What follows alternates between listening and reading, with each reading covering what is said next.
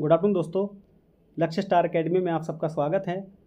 आज के सेशन में हम लोग भाजक, भागफल, शेषफल और भाज्य के बारे में बात करने वाले हैं। सबसे पहले सूत्र देख लेते हैं। जो भाज्य होता है वो भागफल तथा भाजक का गुणनफल और शेषफल के योग के बराबर होता है। तो इस प्रकार से हमारा एक सूत्र बन जाता है, भाज्य बराबर भागफल गुणा भाजक प्लस शेषफल। अगर भागफल की बात की जाए तो यहाँ पर भागफल होता है भाज्य के क्वेश्चन में, यहाँ पर जो लिखा होता है वो भाज्य होता है, यहाँ भाजक और लास्ट में यहाँ जाकर क्या होता है, शेषफल लिखा होता है। तो इसका सूत्र बनाया जा सकता है भाजक और भागफल के गुणा करके तथा शेषफल को ऐड करके किसके बराबर आ जाता है, वो भाज्य के बराबर आ जाता है। आइए क्वेश्चन की बात कर लेते हैं। क्वेश्चन में दिया है एक विभाजन के प्रश्न में भाजक भागफल का 5 गुना है। यहाँ लिख देते हैं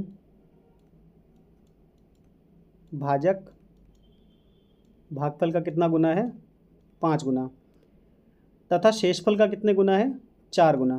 तो यही भाजक जो है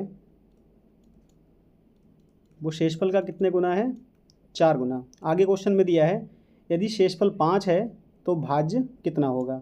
तो शेषफल जो है वो कितना दिया है, 5। यहाँ पर लिख लेते हैं 5 चौके 20, यानी यहाँ से क्या आ गया हमारा भाजक।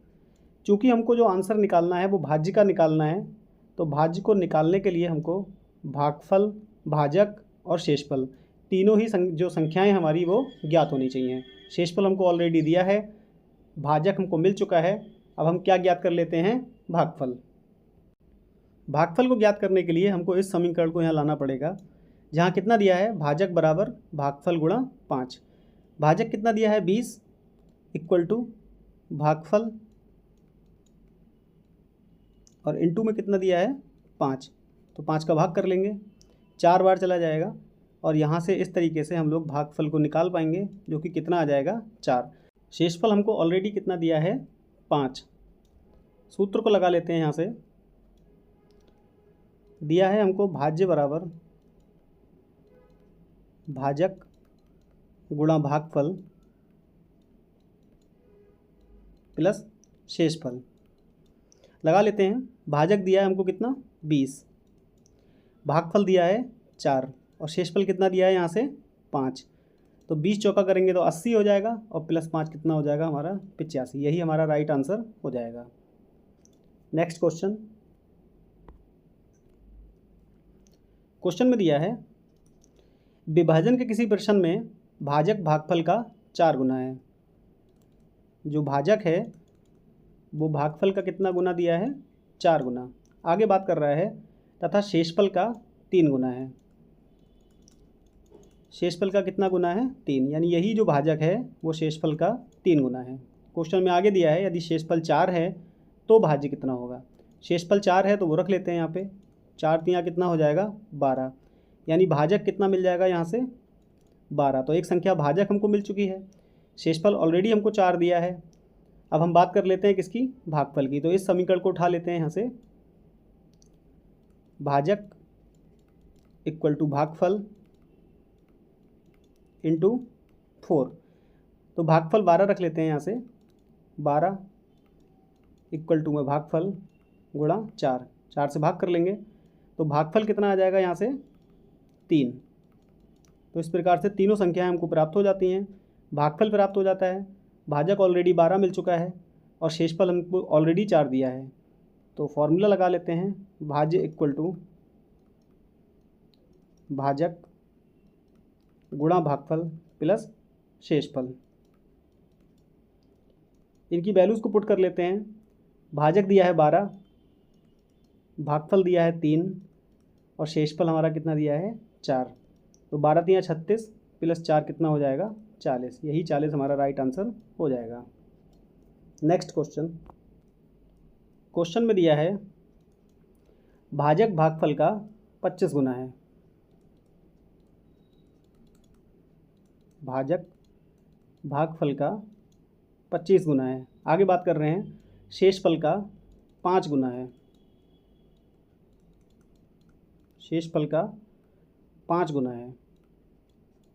क्वेश्चन में आगे दिया है यदि भागफल 16 है तो भाज्य ज्ञात कीजिए। भागफल कितना दिया है 16, तो इस समीकरण को ले लेते हैं। पहले जो भाजक है वो कितना हो जाएगा, भागफल की जगह पे हम लोग 16 रख लेते हैं, इंटू में 25। तो इन दोनों का मल्टीप्लाई करेंगे, 16 पंजे कितना हो जाएगा 80, कैरी 8 हो जाएगा, और 16 दूनी 32 और 8 40, यानी ये कितना आ जाएगा हमारा भाजक जो है वो 400। तो भाजक प्राप्त हो जाता है, और इस भाजक की मदद से हम लोग इस समीकरण को उठा लेंगे और यहाँ से शेषफल ईजिली हम लोग प्राप्त कर सकते हैं। यानी भाजक की वैल्यू रख लेंगे 400, शेषफल ऐसे रख सकते हैं, यहाँ कितना हो जाएगा 5। तो फाइनली इसको हम डिवाइड कर लेंगे, तो शेषफल कितना हो जाएगा यहाँ से 80। शेषफल प्राप्त हो गया है, भाजक भी प्राप्त हो गया है, और जो भागफल था वो ऑलरेडी पहले से दिया था यहाँ पे कितना 16, तो भाज्य प्राप्त किया जा सकता है। भाज्य इक्वल टू भाजक गुणा में भागफल और प्लस में शेषफल। ठीक है, भाजक कितना दिया है यहाँ पे 400, भागफल ऑलरेडी दिया है कितना 16, और प्लस में शेषफल आ चुका है 80। 16 चौका 64, 00 और प्लस में 80, तो हो जाएगा कितना 6480। यही हमारा राइट आंसर हो जाएगा। नेक्स्ट क्वेश्चन में दिया है भाजक भागफल का 24 गुना है। भाजक